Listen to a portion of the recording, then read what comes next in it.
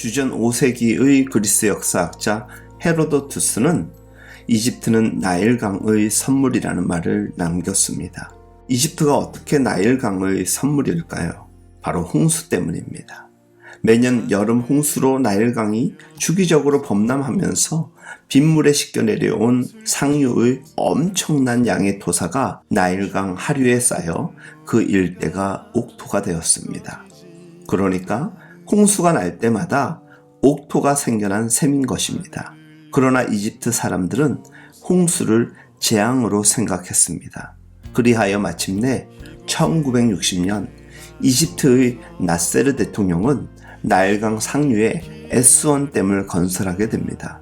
댐을 만들자 홍수는 사라졌습니다. 그런데 지금 나일 삼각주 지역은 그리 비옥하지가 않다고 합니다. 나일강이 범람하지 않아 땅을 비옥하게 만들어주던 부식토가 유입되지 않기 때문입니다. 우리 인생도 그럴 수 있습니다. 우리의 삶 가운데 자꾸만 홍수가 일어나는 이유가 무엇일까요? 우리를 풍요로운 땅으로 일구기 위해서입니다. 우리가 이해하지 못하더라도 때로 고난이 우리 삶에 유익이 되기도 합니다. 고난도 유익하니까 주시는 것 아니겠습니까? 그 점을 우리가 잊지 말아야 됩니다. 이집트는 나일강의 선물입니다. 그런데 이집트 사람들은 댐을 만들어서 받은 선물을 제대로 누리지 못했습니다. 홍수가 부담은 될 수 있습니다.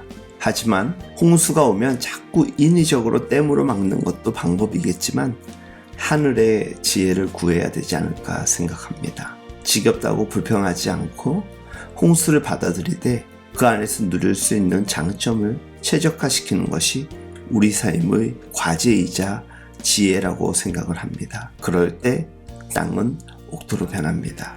우리는 믿는 사람들입니다.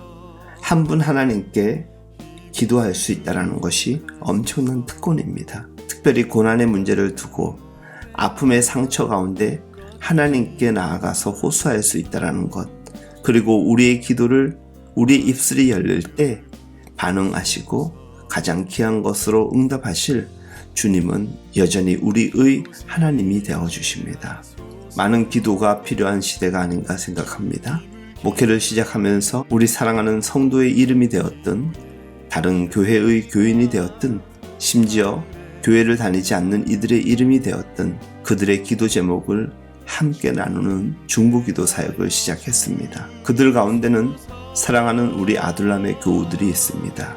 저들의 삶과 저들의 신앙을 위하여서 늘 함께 기도하고 있죠.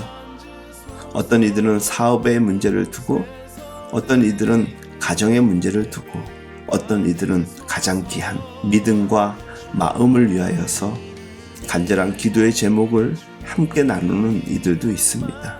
그들 가운데서는 사업장의 기도 제목을 나눈 이들도 있고, 가정의 문제를 두고 심각한 기도의 제목을 주신 이들도 있습니다. 손자녀의 건강을 위하여서 주신 기도의 제목도 있습니다.